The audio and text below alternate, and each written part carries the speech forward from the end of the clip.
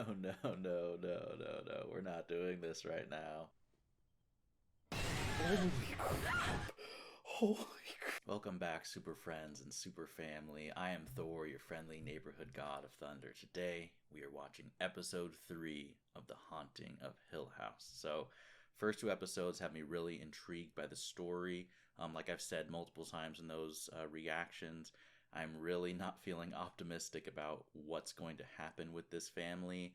I have some crazy theories out there, but I feel like as I get more information, those theories are going to change. I'm not confident in any of my predictions at this point. I feel like I'm trying to figure out and piece together the mystery of what's actually going on, but I still feel a little bit lost. So I'm looking forward to, slowly realizing and understanding as the story unravels. But if you do want to see my full unedited reaction to this episode, that's going to be up on Patreon. Thank you so much to everyone who supports me there. Or if you want to see next week's episode, that's also up there for early access. Let's just get into it. Let's start The Haunting of Hill House, episode 3.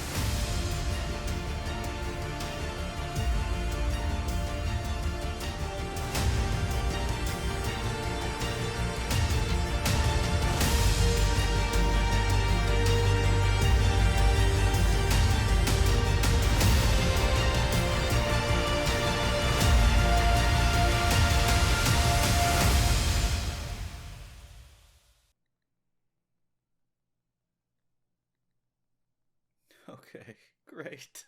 Great. This is one way to start. That was not a person in the doorway. A nightmare. No, that's a ghost in bed with you. I swear. He's up a little. No, no, no, I don't want to see. I don't want to see. Hey, That's just freaky. I am sorry. That is just freaky. What is it? What is it? What was left? whose hand was I holding? Okay, I thought she had something in her hand there for a second. I mean, I feel like episode 1 focused on Steven. I think I'm getting the names correct. I'm still kind of catching up with the family members' names. Episode 2 kind of focused on Shirley. I wonder if this episode we're going to see more of Luke, possibly. He seems like such a sad character to focus on, but I would like to see more of him. Mr. Smiley. Oh, great, great. Another horrifying ghost. We have Bent Neck Lady, we have Smiley. Who else is going to join the Avengers of Horror? And no one ever gets in. Mr. Smiley does. That's a good scene of writing. That's a good technique to reveal more about a character, like having her speaking to a child when she's kind of explaining more about herself as well. Same time next week? Thank you. Why does she always wear gloves? I don't know. I'm not completely giving up my theory that she's a ghost, although that scene makes that pretty unlikely. It's a low percentage chance that she's a ghost. She seems pretty real, but there is something about her that's unexplained, for sure. Like, what is up with the glove thing? She has this aura of mystery, and still, in that opening club scene, she disappeared like Batman, okay? Where does she learn those moves? Did she go off to a mountain and train in the ninja school? How did you know that? That's not an answer. She has some type of, she's in touch with some type of spiritual or... I mean, at least these two sisters have to get along to some extent if they're living, together. Rice? No, it's chocolate, vanilla chocolate. Oh, you know what? That's why she wears gloves, because when she touches people or she touches objects, she can sense something. It's kind of like, what's his name from Bruce Willis from Unbreakable. And she wants to avoid that. As an adult, she wants to not use that. No wonder she's so good at her job. She can sense what's wrong with the children. That's a great way to use that power. Jeez. right? Yep. Blood money. Right. I think the husband wanted some of that. Could be wrong.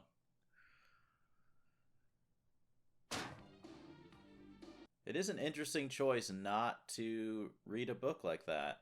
I feel like just out of curiosity, I'd be interested to see part of it. You know, if I was the family member, just to see how those events were portrayed. I wonder if this is just the way she blocks everything out and shuts herself off from feeling her emotions. Just kind of staying numb to what happened to her as a child. Because the dumbwaiter is not a toy. It can be dangerous. You could be dangerous, lady. Come along. I need to clean. I love how she's teaching her how to be a better adult supervisor. She's scared. What makes you say that? She's scared. That changes everything. That means she either has seen something, some type of ghost, or she knows like some history of the house that we don't know. I mean, it looks like she's the only one in the family with this ability to understand people and sense things through touch. I wonder why she is the only child with that ability.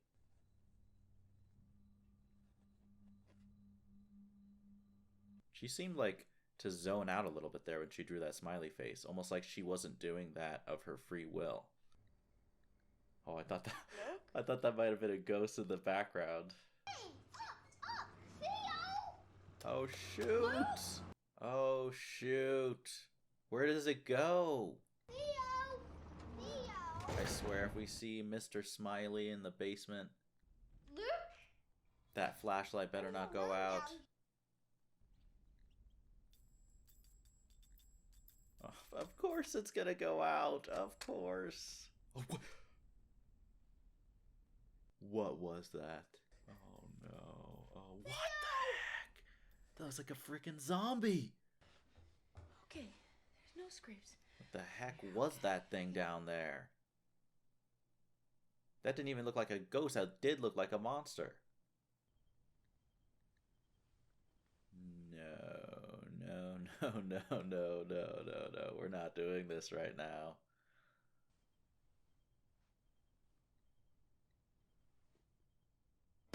Holy crap. Holy crap.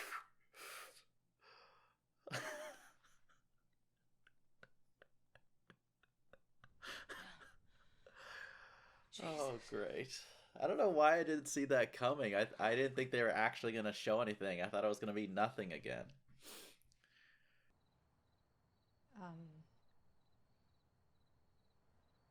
No. Oh, shoot. This is how she found out?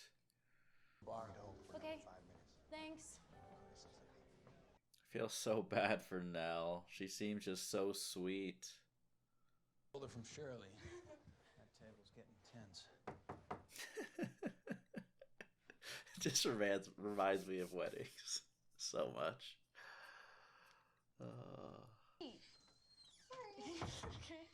She got dressed really fast. Oh, my money's on Matt. It's gonna be Theo. That is so awkward. Oh, nothing. What do you say? Into Bridesmaids?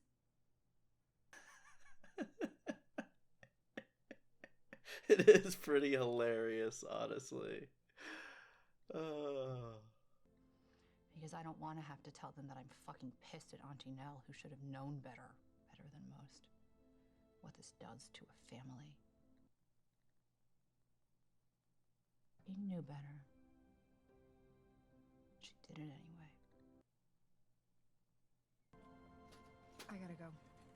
I think that's such a real emotion to a family member doing something like that. And I like her honesty and just not trying to sugarcoat how she feels. I think that is something people would feel if someone they love committed suicide.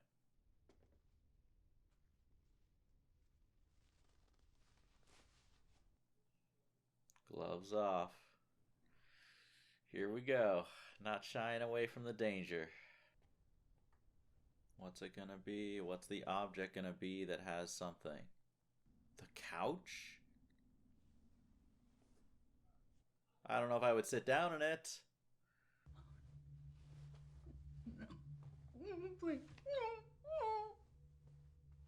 What is she seeing? What's it gonna be? What is this going to be?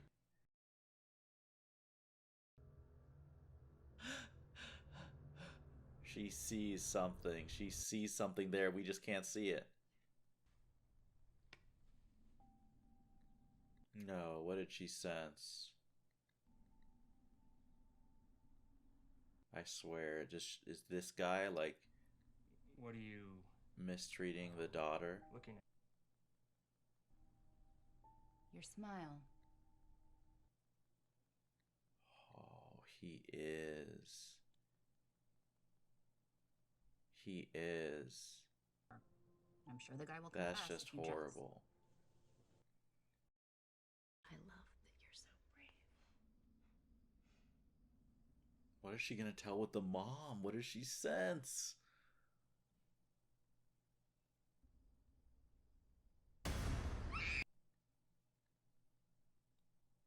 Did she know she was gonna die?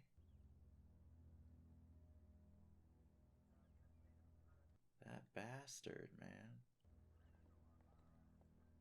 What did she tell the cops, I wonder, to convince them that he was guilty? You know, your dad was telling me a story. There's no chance that the dad was abusing them this whole time, is there?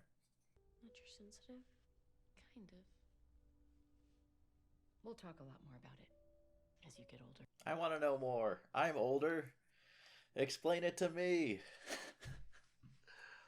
You can talk to me about anything.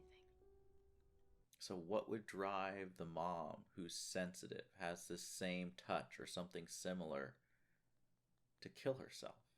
And did she actually kill herself? We haven't seen that play out on screen, so I feel like there's a chance something different happened. I know. You sure you don't want to stay for I dinner? get where Shirley's coming from, but I think it's completely Theo's. I understand Theo's choice to take the money. That was me. Oh, come on, Steve. Did you do your research? I'm gonna get my fucking PhD. Well, a good use of some payments from a book you don't approve of. I feel like we're definitely going to see more flashbacks of what happened that night. I just don't know which character saw the most, and I feel like that's something we're probably not going to see till towards the end of the show.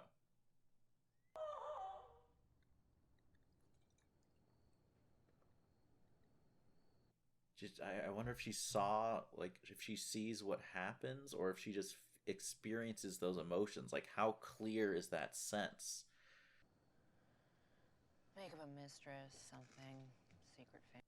What's the real story if that's what she's making up? Know something that's gonna piss her off less than the truth. The truth has got to be pretty horrible if that's the story she's suggesting. That just means the girl goes back into the system, so it's a gamble at best. So, you know, good job, me. I mean, it's better than leaving her to continue to be abused, for who knows how many years.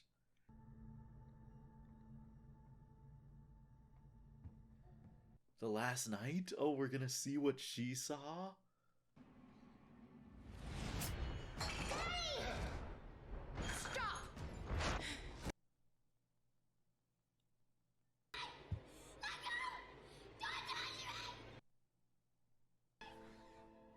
Touch me.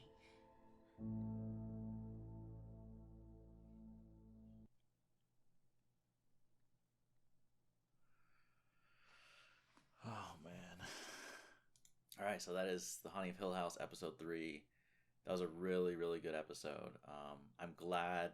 I like the format of the show of each episode focusing on a different family member that's what I assumed was going to happen after watching the first 2 episodes.